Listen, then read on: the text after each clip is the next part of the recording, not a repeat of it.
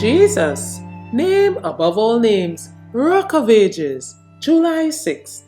Come in to him as to a living stone, rejected indeed by men, but chosen by God and precious.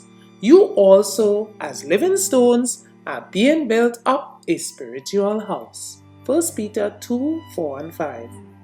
The apostles built upon a sure foundation, even the Rock of Ages.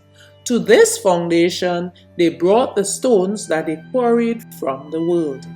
Not without hindrance did the builders labor. Their work was made exceedingly difficult by the opposition of the enemies of Christ. They had to contend against the bigotry, prejudice, and hatred of those who were building upon a false foundation.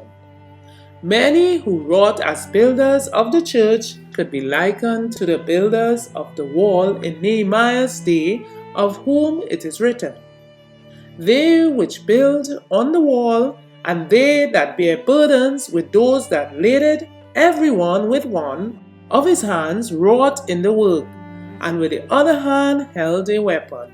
Nehemiah 4:17. Kings and governors, priests and rulers sought to destroy the temple of God. But in the face of imprisonment, torture, and death, faithful people carried the work forward, and the structure grew beautiful and symmetrical. At times the workmen were almost blinded by the mist of superstition that settled around them. At times they were almost overpowered by the violence of their opponents. But with unfaltering faith and unfailing courage, they pressed on with the work. One after another, the foremost of the builders fell by the hand of the enemy. Stephen was stoned. James was slain by the sword. Paul was beheaded. Peter was crucified. John was exiled. Yet the church grew. New workers took the place of those who fell, and stone after stone was added to the building. Thus slowly ascended the temple of the Church of God. Centuries of fierce persecution followed the establishment of the Christian church, but there were never wanting people who counted the work of building God's temple dearer than life itself. Of such it is written, "Others had trial of cruel mockings and scourgings, yea, moreover of bonds and imprisonment.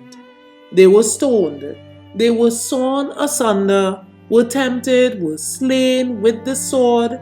They wandered about in sheepskins and goatskins, being destitute, afflicted, tormented, of whom the world was not worthy. They wandered in deserts and in mountains and in dens and caves of the earth."